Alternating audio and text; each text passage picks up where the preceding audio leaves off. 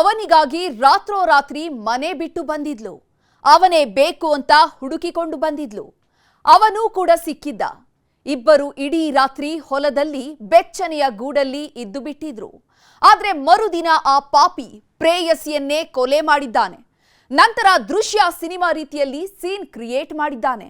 ತನ್ಗೇನು ಗೊತ್ತೇ ಇಲ್ಲ ಅನ್ನುವ ರೀತಿ ಬಿಟ್ಬಿಟ್ಟಿದ್ದಾನೆ. ಬಟ್ ಅದೊಂದು ಮೆಸೇಜ್ ಅವನನ್ನ ಹಿಡಿದುಕೊಟ್ಟಿದೆ. ಹಾಗಾದ್ರೆ ಕೊಲೆ ಮಾಡಿದ್ದು ಯಾಕೆ, ಹೇಗೆಲ್ಲ ಡ್ರಾಮಾ ಮಾಡಿದ್ದ ಗೊತ್ತಾ? ಎಲ್ಲವನ್ನ ಡೀಟೇಲ್ಡ್ ಆಗಿ ತೋರಿಸ್ತೀವಿ ನೋಡಿ.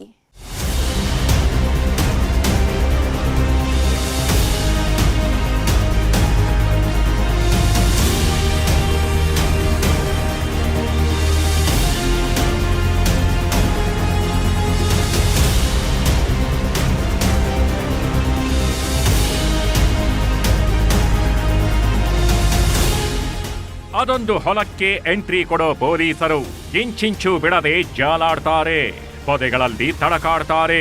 ಯಾರೊಬ್ಬರು ಓಡಾಡದೆ ಇರುವಂತಹ ಹಳ್ಳಗಳಲ್ಲಿ ಪರಿಶೀಲನೆ ಮಾಡ್ತಾರೆ. ಗುಂಡಿ ತೋಡಿ ತಡಕಾಡ್ತಾರೆ. ಹೀಗೆ ಮುಳ್ಳು ಗಿಡ, ಗುಂಡಿ, ಹಳ್ಳದಲ್ಲಿ ತಡಕಾಡಿದಾಗ ಪೊಲೀಸರಿಗೆ ಸಿಗೋದು ಚಿನ್ನ ಬೆಳ್ಳಿ ಅಲ್ಲ, ಬದಲಿಗೆ ಸಿಗೋದು ಮೂಳೆಗಳು.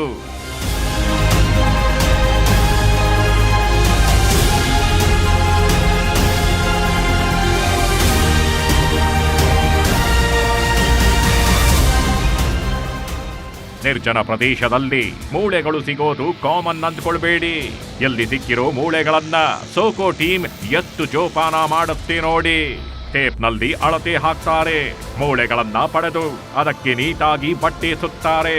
ಪೊಲೀಸರು ಹಾಗೂ ಸೋಕೋ ಟೀಮ್ ಎಲ್ಲ ವಸ್ತುಗಳನ್ನ ಸೂಕ್ಷ್ಮವಾಗಿ ಗಮನಿಸುತ್ತಿದ್ದಾರೆ. ಚಪ್ಪಲಿ, ಬಟ್ಟೆ, ಕೂದಲು ಎಲ್ಲವನ್ನೂ ಸಂಗ್ರಹಿಸಿಕೊಳ್ತಿದ್ದಾರೆ.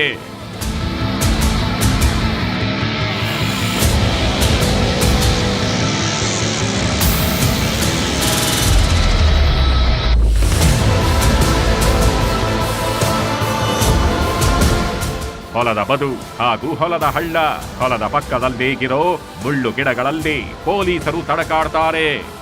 ಅಲ್ಲಿ ಸಿಗೋ ಸಣ್ಣ ಮೂಳೆಗಳನ್ನು ಬಿಡದೆ ಎತ್ತಿಕೊಳ್ತಾರೆ.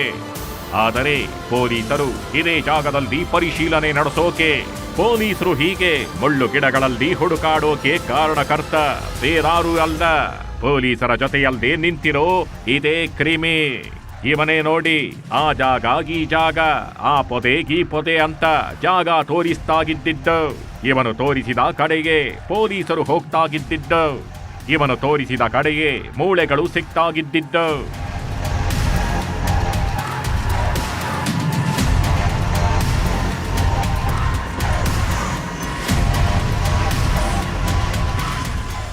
ಇಷ್ಟಕ್ಕೂ ಈ ಮೂಳೆಗಳು ಪ್ರಾಣಿಗಳದ್ದಲ್ಲ, ಇವನು ಸೂತ್ರಧಾರಿಯೂ ಅಲ್ಲ. ಈ ಹೊಲದಲ್ಲಿ ಸಿಕ್ಕ ಮೂಳೆಗಳು ಯುವತಿಯೊಬ್ಬಳದ್ದು. ಈ ಪರಮ ಪಾಪಿಯ ಬಲೆಗೆ ಸಿಲುಕಿ ಕೊಲೆಯಾಗಿ ಹೋಗಿರೋ ಯುವತಿಯ ಮೃತದೇಹದ ಮೂಳೆಗಳು. ಆ ಯುವತಿ ಈಕೆಯೇ ನೋಡಿ.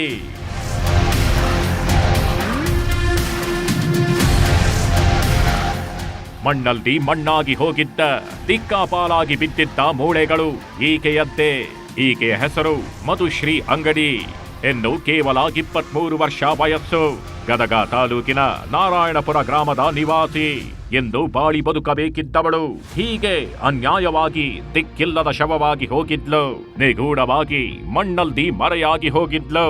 ಈಕೆಯನ್ನ ಕೊಂದು ಈ ಪಾಪಿ ಸಿನಿಮಾ ಸ್ಟೈಲ್ನಲ್ಲಿ ಸಾಕ್ಷಿ ನಾಶ ಮಾಡೋಕೆ ಹೊರಟಿದ್ದ. ಆದ್ರೀಗ ವಿಧಿಯಾಟ ನೋಡಿ ಮಣ್ಣು ಪಾಲಾಗಿದ್ದ ಕೊಲೆ ಸತ್ಯ ಹೊರಬಂದಿದೆ. ಹಂತಕನು ಪೊಲೀಸರ ಬಳಿ ತಗಲಾಕೊಂಡಿದ್ದಾನೆ.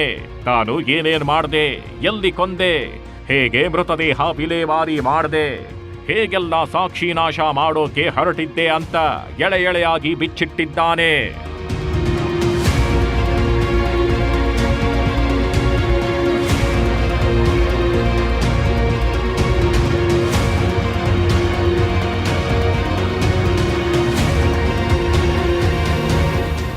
ಇಷ್ಟಕ್ಕೂ ಈ ಕೋಮಲೆ ಕೊಲೆಯಾಗಿ ಹೋಗಿದ್ದು ಯಾಕೆ?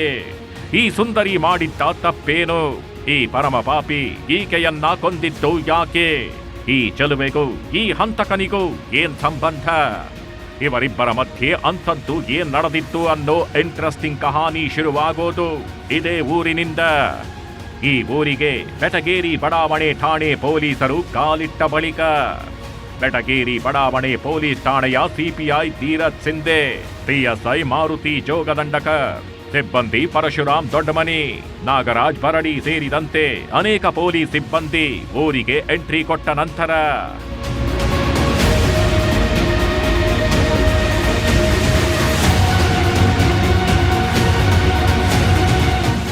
ಇದು ಗದಗ ತಾಲೂಕಿನ ನಾರಾಯಣಪುರ ಗ್ರಾಮ. ಇದೇ ಗ್ರಾಮದ ಯುವತಿ ಮಧುಶ್ರೀ 2024 ಡಿಸೆಂಬರ್ 16ರ ರಾತ್ರಿ ನಿಗೂಢವಾಗಿ ನಾಪತ್ತೆಯಾಗಿದ್ಲು. ಅಪ್ಪ ಅಮ್ಮ ಇಲ್ಲದ ತಬ್ಬಲಿ. ಚೆನ್ನಾಗಿ ಓದುತ್ತಿದ್ದ ಯುವತಿ ಸುಳಿವೇ ಸಿಗದಂತೆ ಕಾಣೆಯಾಗಿ ಹೋಗಿದ್ಲು. ಎಲ್ಲಿಗೆ ಹೋಗಿದ್ದಾಳೆ, ಏನಾಗಿದ್ದಾಳೆ, ಸತ್ತಿದ್ದಾಳು ಬದುಕಿದ್ದಾಳು ಅನ್ನೋದು ಕುಟುಂಬಸ್ಥರಿಗೆ ಗೊತ್ತೇ ಇರೋದಿಲ್ಲ. ಎಲ್ಲ ಕಡೆ ಸಂಬಂಧಿಕರ ಮನೆಯಲ್ಲೂ ಮಧುಶ್ರೀಗಾಗಿ ಕುಟುಂಬಸ್ಥರು ತಡಕಾಡಿದ್ರು. ಆದ್ರೆ ಮಧುಶ್ರೀ ಬಗ್ಗೆ ಹುಲ್ಲು ಕಡ್ಡಿಯಷ್ಟು ಮಾಹಿತಿ ಸಿಗೋದಿಲ್ಲ.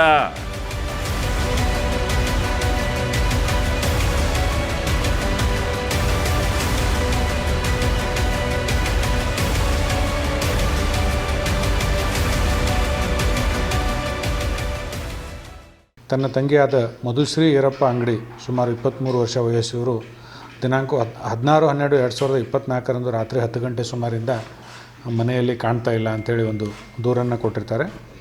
ಈ ದೂರಿನನ್ವಯ ನಮ್ಮ ಅಧಿಕಾರಿಗಳು ತನಿಖೆಯನ್ನು ಕೈಗೊಂಡಿರ್ತಾರೆ.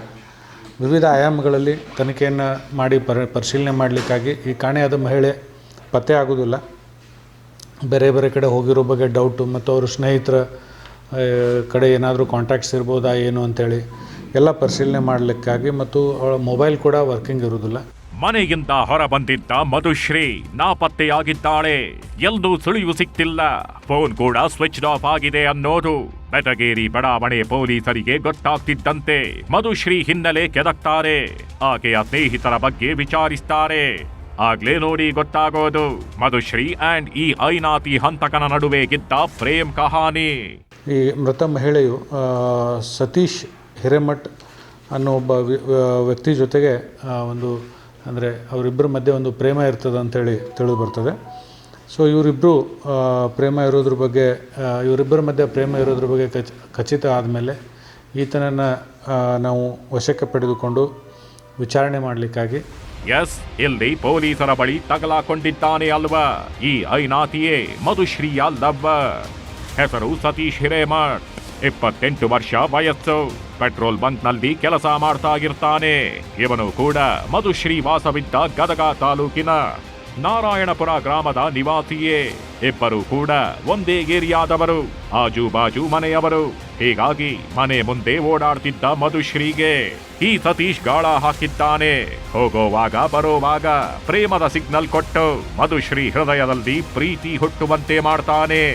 ಸತೀಶನ ಪ್ರೀತಿಗೆ ಈಕೆಯೂ ಸಹ ಹಾರ್ಟ್ ಸಿಂಬಲ್ ತೋರಿಸೇ ಬಿಡ್ತಾಳೆ. ಇಲ್ಲಿಗೆ ಮಧುಶ್ರೀ ಸತೀಶ್ ಎಂಬ ಪ್ರೇಮ ಪಯಣ ಆರಂಭವಾಗತ್ತೆ. ಇವರ ಈ ಲವ್ ಸ್ಟೋರಿ ಎಲ್ಲಿಯ ತನಕ ಸಾಗುತ್ತೆ ಗೊತ್ತಾ? 5-6 ವರ್ಷ ಸಾಗತ್ತೆ. 5-6 ವರ್ಷ ಪ್ರೇಮ ಹಕ್ಕಿಗಳಂತೆ ಹಾರಾಡ್ತಾರೆ. ಅಪ್ಪ ಅಮ್ಮ ಇಲ್ಲದ ಮಧುಶ್ರೀಯನ್ನ ಚೆನ್ನಾಗಿ ನೋಡ್ಕೊಳ್ತೀನಿ ಅಂತಲೂ ಈ ಸತೀಶ್ ಪ್ರಮಾಣ ಮಾಡಿರ್ತಾನೆ. ಆದರೆ ಕೊನೆಗೆ ಆಕೆಯ ಜೀವ ತೆಗೆದು ನಾನವನಲ್ಲ ಅಂತ ಡ್ರಾಮಾ ಮಾಡ್ತಾನೆ. ಅದು ಕೂಡ ಥೇಟ್ ದೃಶ್ಯಂ ಸಿನಿಮಾ ಸ್ಟೈಲ್ನಲ್ಲೇ ಪೊಲೀಸರ ದಿಕ್ಕು ತಪ್ಪಿಸ್ತಾನೆ.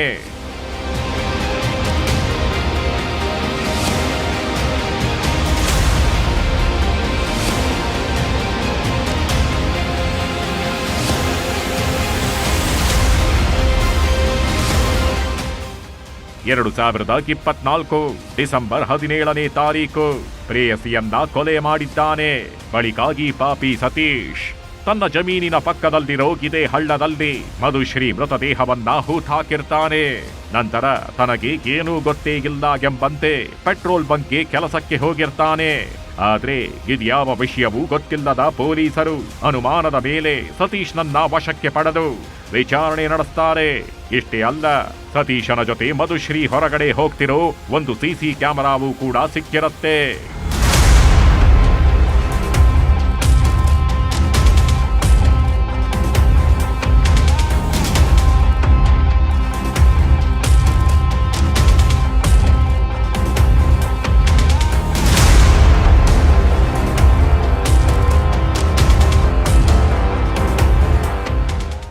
ಮೊದಲು ಆತನೂ ಕೂಡ ಈ ನನಗೇನು ಗೊತ್ತಿಲ್ಲ ಅಂತ ಆ ರೀತಿ ತಿಳಿಸ್ತಾನೆ. ಆದರೆ ನಾವು ಅವನ ವಿವಿಧ ಅಂದರೆ ಬೇರೆ ಬೇರೆ ಹಿನ್ನೆಲೆಗಳನ್ನು ಮತ್ತು ಅವನ ಆ ಚಟುವಟಿಕೆಗಳನ್ನು ಪರಿಶೀಲನೆ ಮಾಡಿ ನೋಡಲಿಕ್ಕಾಗಿ ಈತ ದಿನಾಂಕ 16/12/2024 ರಾತ್ರಿ ಹೊತ್ತಿನಲ್ಲಿ ಈ ಒಂದು ಮಹಿಳೆಯನ್ನು ತನ್ನ ಮೋಟರ್ ಸೈಕಲ್ ಮೇಲೆ ತನ್ನ ನಾರಾಯಣಪುರ ಹತ್ತಿರ ಇರ್ತಕ್ಕಂಥ ಒಂದು ತೋಟದಕ್ಕೆ ಕರ್ಕೊಂಡು ಹೋಗ್ತಾನೆ. ನೈಟ್ ಅಲ್ಲೇ ಇರ್ತಾರೆ.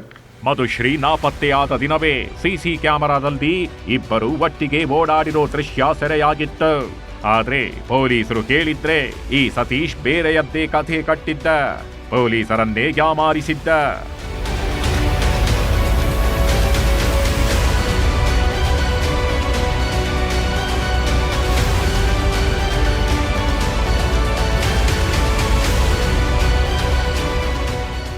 ಮೊದಲನೇ ಇದರಲ್ಲಿ ನಾನು ಮೋಟರ್ ಸೈಕಲ್ ಮೇಲೆ ಹೋಗಿ ಒಂದು ಏನೋ ಔಟ್ಸ್ಕರ್ಟ್ಸಲ್ಲಿ ಬಿಟ್ಟು ಬಂದಿದ್ದೀನಿ, ಮುಂದೆ ಎಲ್ಲಿ ಹೋದ್ಲು ಗೊತ್ತಿಲ್ಲ ಅಂತ ಆ ರೀತಿ ಮೊದಲಿಂದ ಹೇಳ್ಕೊಂಡು ಬಂದಿದ್ದ ಅವನು.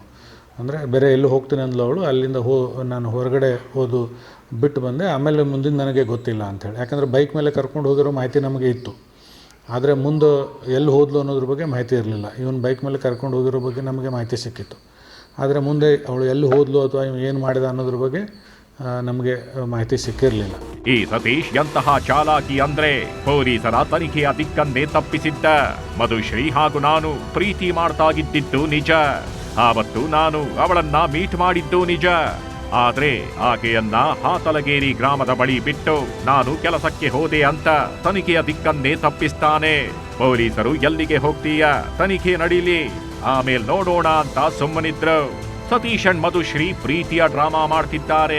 ಮಧುಶ್ರೀ ಬದುಕಿದ್ದಾಳೆ, ಇಬ್ಬರು ಒಂದಾಗೋಕೆ ಹೀಗೆ ಮಾಡ್ತಿದ್ದಾರೆ ಅಂತ ಪೊಲೀಸರು ಅಂದುಕೊಂಡಿದ್ರು. ಯಾಕೆಂದರೆ ಮಧುಶ್ರೀಯ ಮೃತದೇಹವೇ ಸಿಕ್ಕಿರ್ಲಿಲ್ಲ.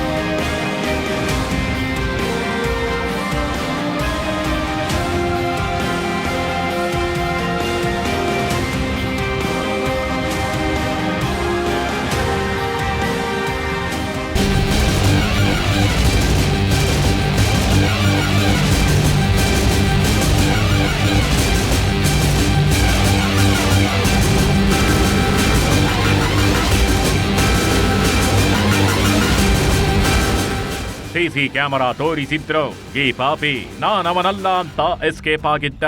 ಪೊಲೀಸರಿಗೆ ದಿನಕ್ಕೊಂದು ಕಥೆ ಹೇಳ್ತಿದ್ದ. ಹೀಗಿದ್ದವನಿಗೆ ಅದೊಂದು ಮೆಸೇಜ್ ಶಾಕ್ ಕೊಟ್ಟಿತ್ತು. ಪೊಲೀಸರಿಗೆ ಅದೊಂದು ಮೆಸೇಜ್ ಹಂತಕಾಗಿವನೇ ಅನ್ನೋದನ್ನ ತೋರಿಸಿತ್ತು. ಆ ಮೆಸೇಜ್ ಆಧಾರದ ಮೇಲೆ ತನಿಖೆ ನಡೆಸಿದಾಗ ಪ್ರೇಯಸಿ ಕೊಂದ ಕೊಲೆಗಾರನ ಒಂದೊಂದೇ ವಿಷಯ ಹೊರಬರುತ್ತೆ. ಆವತ್ತು ಹೊಲದಲ್ಲಿ ಏನ್ ನಡೀತು ಅಂತ ಈ ಪರಮ ಪಾಪಿ ಸತೀಶ್ ಎಲ್ಲವನ್ನೂ ಬಾಯ್ಬಿಡ್ತಾನೆ. ಕೊಲೆ ಮಾಡಿದ್ದು ನಾನೇ, ಹೇಗೆ ಕೊಲೆ ಮಾಡಿದೆ ಅಂತಲೂ ಸತ್ಯ ಕಕ್ಕಿದ್ದಾನೆ.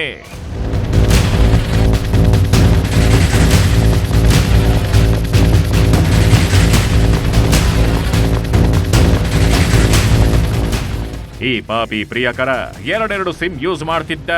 ಹೀಗಾಗಿ ಪೊಲೀಸರು 2 ಸಿಮ್ಗಳ ಬಗ್ಗೆ ಡೀಟೇಲ್ಸ್ ಕಲೆಕ್ಟ್ ಮಾಡಿಕೊಳ್ತಾರೆ. ನಂತರ ಆ ಸಿಮ್ ಯಾವಾಗ ಎಲ್ಲೆಲ್ಲಿ ಆಕ್ಟಿವ್ ಆಗಿತ್ತು, ಆವತ್ತು ಮಧುಶ್ರೀ ಮಿಸ್ ಆದಾಗ ಇವನು ಎಲ್ಲಿದ್ದ ಅಂತ ಚೆಕ್ ಮಾಡೋಕೆ ಮುಂದಾಗ್ತಾರೆ. ಆಗ ಪೊಲೀಸರಿಗೆ ಒಂದು ಮೆಸೇಜ್ ಕಾಣಿಸತ್ತೆ. ಆ ಮೆಸೇಜ್ ಕಂಪನಿ ಕಡೆಗಿಂದ ಆಗಿರುತ್ತೆ. ಆ ಮೆಸೇಜ್ ಎಷ್ಟೊತ್ತಿಗೆ ಯಾವ ಪ್ಲೇಸ್ ನಲ್ಲಿ ಇದ್ದಾಗ ಬಂದಿತ್ತು ಅನ್ನೋದನ್ನ ಪೊಲೀಸರು ಪರಿಶೀಲನೆ ಮಾಡಿದಾಗ ಹಂತಕ ತಪ್ಪು ಮಾಹಿತಿ ಕೊಟ್ಟಿರೋದು ಗೊತ್ತಾಗತ್ತೆ. ಮೊಬೈಲ್ ಅವನು ಯೂಸ್ ಮಾಡಿದ್ರು ಕೂಡ, ಅಂದರೆ ನಮಗೆ ನಮ್ಮದೇ ಆದ ಇದರಲ್ಲಿ ಅವನು ಎಷ್ಟು ಸಿಮ್ ಯೂಸ್ ಮಾಡಿದ್ರು ಕೂಡ ನಮ್ಮದೇ ಆದ ಒಂದು ಅನಾಲಿಸಿಸ್ ಇರುತ್ತೆ. ಅದ್ರ ಪ್ರಕಾರ ನಾವು ಇದು ಮಾಡಿದ್ವಿ. ಅಂದರೆ ಲೈಕ್ ಏನು ಒಂದು ಆವತ್ತಿನ ಒಂದು ಸ್ಟೇಟ್ಮೆಂಟ್ ಇತ್ತು, ಅಕಾರ್ಡಿಂಗ್ಲಿ ಒಂದು ಮೂಮೆಂಟು ಎಲ್ಲ ಕೂಡ ನಾವು ಅದನ್ನು ಪರಿಶೀಲನೆ ಮಾಡಿದ್ವಿ. ಈ ಪಾಪಿ ಸತೀಶನ ಕಥೆ ಇಲ್ಲಿಗೆ ಮುಗಿಯೋದಿಲ್ಲ. ಮನಸಾರೆ ಪ್ರೀತಿಸಿದ್ದ ಪ್ರೇಯಸಿಯನ್ನ ಈ ಸತೀಶ್ ಹೇಗೆ ಕೊಲೆ ಮಾಡ್ದ, ಯಾಕೆ ಕೊಲೆ ಮಾಡಿದ ಅನ್ನೋದೇ ಇಲ್ಲಿ ಇಂಟ್ರೆಸ್ಟಿಂಗ್.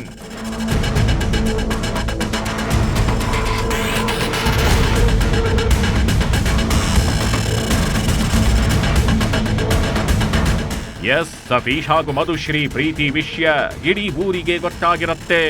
ಮಧುಶ್ರೀ ಕುಟುಂಬಸ್ಥರು ಪ್ರೀತಿಗೆ ವಿರೋಧ ಮಾಡ್ತಾರೆ. ಮಧುಶ್ರೀಯನ್ನ ಈ ಪಾಪಿ ಸತೀಶ್ನಿಂದ ದೂರ ಮಾಡಿರ್ತಾರೆ. ಆದ್ರೆ ಸತೀಶ್ನನ್ನ ತುಂಬಾನೇ ಹಚ್ಕೊಂಡಿದ್ದಾಗಿ ಮಧುಶ್ರೀ 2024 ಡಿಸೆಂಬರ್ 16 ರಾತ್ರಿ ಮನೆಗಿಂದ ತಪ್ಪಿಸಿಕೊಂಡು ಓಡಿ ಬಂದಿರ್ತಾಳೆ. ನಂತರ ಸತೀಶ್ನನ್ನ ಮೀಟ್ ಮಾಡಿ ಅವನ ಜೊತೆಯಲ್ಲೇ ಆ ರಾತ್ರಿ ಇರ್ತಾಳೆ. ಈತ ದಿನಾಂಕ 16/12/2024 ರಾತ್ರಿ ಹೊತ್ತಿನಲ್ಲಿ ಈ ಒಂದು ಮಹಿಳೆಯನ್ನು ತನ್ನ ಮೋಟರ್ ಸೈಕಲ್ ಮೇಲೆ ತನ್ನ ನಾರಾಯಣಪುರ ಹತ್ತಿರ ಇರ್ತಕ್ಕಂಥ ಒಂದು ತೋಟದಕ್ಕೆ ಕರ್ಕೊಂಡು ಹೋಗ್ತಾನೆ. ನೈಟ್ ಅಲ್ಲೇ ಇರ್ತಾರೆ. ಆವತ್ತು ರಾತ್ರಿ ಪ್ರೇಯಸಿಯನ್ನ ತನ್ನ ಜೊತೆಯಲ್ಲೇ ಇಟ್ಕೊಂಡಿದ್ದಾಗಿ ಸತೀಶ್ ಮರುದಿನ ಮಧ್ಯಾಹ್ನದ ಹೊತ್ತಿಗೆ ಮೃಗನಾಗಿ ಬದಲಾಗ್ತಾನೆ. ಆಕೆಯ ಬೇಲ್ನಿಂದಲೇ ಕೊಲೆ ಮಾಡಿ ಮೃತದೇಹವನ್ನ ತನ್ನ ಹೊಲದ ಬದಿಯಲ್ಲೇ ಹೂತಾಕ್ತಾನೆ. ಅದು ಕೂಡ ಮಧುಶ್ರೀ ತನ್ನನ್ನ ಮದುವೆಯಾಗುವಂತ ಕೇಳಿದ್ದಕ್ಕೆ ಈ ಪಾಪಿ ಇಷ್ಟೆಲ್ಲ ಮಾಡ್ತಾನೆ. ಏನು ಮೃತ ಮಹಿಳೆ ಇದ್ದಾಳೆ, ಇವಳು ತನ್ನನ್ನು ಮದುವೆ ಆಗಬೇಕು ಅಂಥೇಳಿ ಇವನಿಗೆ ಫೋರ್ಸ್ ಮಾಡ್ತಾ ಇರ್ತಾಳೆ, ಮದುವೆ ಮಾಡ್ಕೊ ಅಂಥೇಳಿ. ಸೊ ಆ ಒಂದು ಇದಕ್ಕೆ ಅವನಿಗೆ ಇಬ್ಬರಿಗೂ ಸ್ವಲ್ಪ ಜಗಳ ಆಗ್ತದೆ. ಇವನು ಸಿಟ್ಟಿನಿಂದ ಅವಳ ವೇಲನ್ನು ಉಪಯೋಗಿಸ್ಕೊಂಡು ಅವಳ ಕತ್ತಿಗೆ ಬಿಗಿದು ಸ್ಟ್ರ್ಯಾಂಗ್ಯುಲೇಷನ್ ಮಾಡಿ ಆತನನ್ನು ಕೊಲೆ ಮಾಡಿ ದೇಹವನ್ನು ಅಲ್ಲೇ ಒಂದು ಬದಿಯಲ್ಲಿ ಹೂತು ಹಾಕಿ ಸಾಕ್ಷಿಗಳನ್ನು ನಾಶಪಡಿಸೋ ದೃಷ್ಟಿಯಿಂದ ಇವನೇನು ಮೃತದೇಹವನ್ನ ಹೂತಾಕಿ ತನ್ನ ಪಾಡಿಗೆ ತಾನು ಗಿದ್ದು ಬಿಟ್ಟಿರ್ತಾನೆ. ಆದ್ರೆ ಸ್ವಲ್ಪ ದಿನ ಆದ್ಮೇಲೆ ಪ್ರಾಣಿಗಳು ಮೃತದೇಹವನ್ನ ಹೊರಗೆ ಎಳೆದು ತಂದಿದ್ವು. ಹೀಗಾಗಿ ಈ ಪಾಪಿ ಸತೀಶ್ ಮೃತದೇಹದ ಮೂಳೆಗಳನ್ನ ಸಂಗ್ರಹಿಸಿ ಸುಟ್ಟು ಹಾಕಿದ್ದಾನೆ. ಕೆಲವು ಮೂಳೆಗಳನ್ನ ಹೊಲದ ಸುತ್ತಲೂ ಬಿಸಾಡಿದ್ದಾನೆ. ಮೃತದೇಹ ಸಿಕ್ಕಿದ್ರೆ ತಾನು ಲಾಕ್ ಆಗೋದು ಪಕ್ಕಾ ಅಂತ ಮೃತದೇಹ ಸಿಗದಂತೆ ಹೀಗೆ ಮಾಡಿರ್ತಾನೆ.